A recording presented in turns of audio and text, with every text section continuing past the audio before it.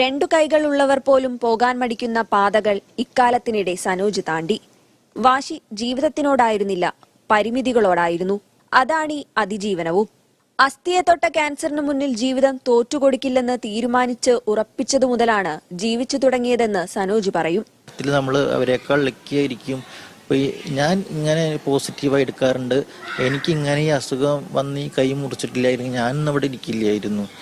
എൻ്റെ കുടുംബത്തിൻ്റെ സാമ്പത്തിക കാര്യം വിചാരിച്ച് ഞാൻ വല്ല തേപ്പ് പണിക്കോ, ചേട്ടനെ പോലെ വല്ല തേപ്പ് പണിക്കോ അല്ലെങ്കിൽ വല്ല കടയിൽ നിൽക്കാനോ ഒക്കെ +2 വരെ ഞാൻ പഠിക്കുമെന്ന് പോലും അറിയില്ല. കാരണം എൻ്റെ കുടുംബത്തിൽ അങ്ങനെയൊന്നും പഠിച്ചിട്ടില്ല.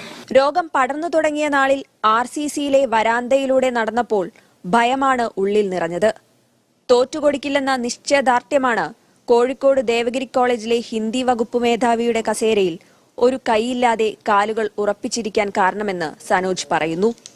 രാവിലെ RCC പ്രൊസീജിയർ കഴിഞ്ഞ് ബാക്കി സമയം ഞാൻ വെറുതെ ഇരിക്കുക. അപ്പോൾ ഞാൻ എൻ്റെ ഫ്രണ്ടിനോട് പറഞ്ഞോട് എനിക്ക് അങ്ങനെ വെറുതെ ഇരിക്കാൻ ബുദ്ധിമുട്ടാണ്. അപ്പോൾ എന്താ ചെയ്യുക വെച്ചാൽ നമുക്കത് പുതുതായിട്ട് എന്തെങ്കിലും പഠിക്കുക, ഡ്രൈവിംഗ് പഠിക്കുക, ഒന്ന് സൈക്ലിംഗ് പഠിക്കുക. അപ്പോൾ ഞാൻ സൈക്ലിംഗ് പഠിക്കാമെന്ന് വിചാരിച്ചു. അങ്ങനെ എന്നിട്ട് അവിടുത്തെ ഒരു പ്രകാശ് സാർ എന്ന് പറഞ്ഞിട്ട് സാറിൻ്റെ വീട്ടിൽ നിന്നിട്ടാണ് സൈക്കിൾ പഠിച്ചു. പിന്നെ അവിടുന്ന് അപ്പോൾ അവിടുത്തെ ഒരു സൈക്കിൾ കൂട്ടത്തിലെ ആളുകൾ എന്നെ അറിയാൻ തുടങ്ങി. അവരായിട്ട് ഫ്രണ്ട്ഷിപ്പ് ഉണ്ടാക്കി. അപ്പോൾ അവരൊക്കെ പറഞ്ഞു ഇങ്ങനെ യാത്ര ചെയ്യണം, നീ ഇങ്ങനെ അല്ലെങ്കിൽ ഇങ്ങനെ ഓരോന്ന് പുതുതായിട്ട് പഠിക്കുക. അതെന്നൊക്കെയാണ് ഓരോരുത്തരെ കണ്ടുമുട്ടിയ ഇന്ന അനുഭവങ്ങളിലൂടെയാണ് ഞാൻ ഇതൊക്കെ ഓവർകം ചെയ്തത്.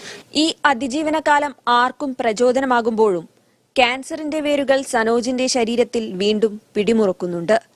2 തവണ വന്ന രോഗം 3-ാം ഊഴത്തിലൂടെ കഴുത്തിനെയാണ് ബാധിച്ചിരിക്കുന്നത്. മുറിച്ചുമാറ്റിയ കൈയുടെ സ്ഥാനത്ത് കൃത്രിമ കൈ വന്നെങ്കിലും ക്യാൻസർ കഴുത്തിലേക്ക് പടർന്നതോടെ വീണ്ടും സനോജിന് കൈ ഇല്ലാതെയായി. പോരാളിയുടെ ലോകം പോരാട്ടമാണല്ലോ. സനോജ് പോരാളിയും. മനോരമ ന്യൂസ്, കോഴിക്കോട്.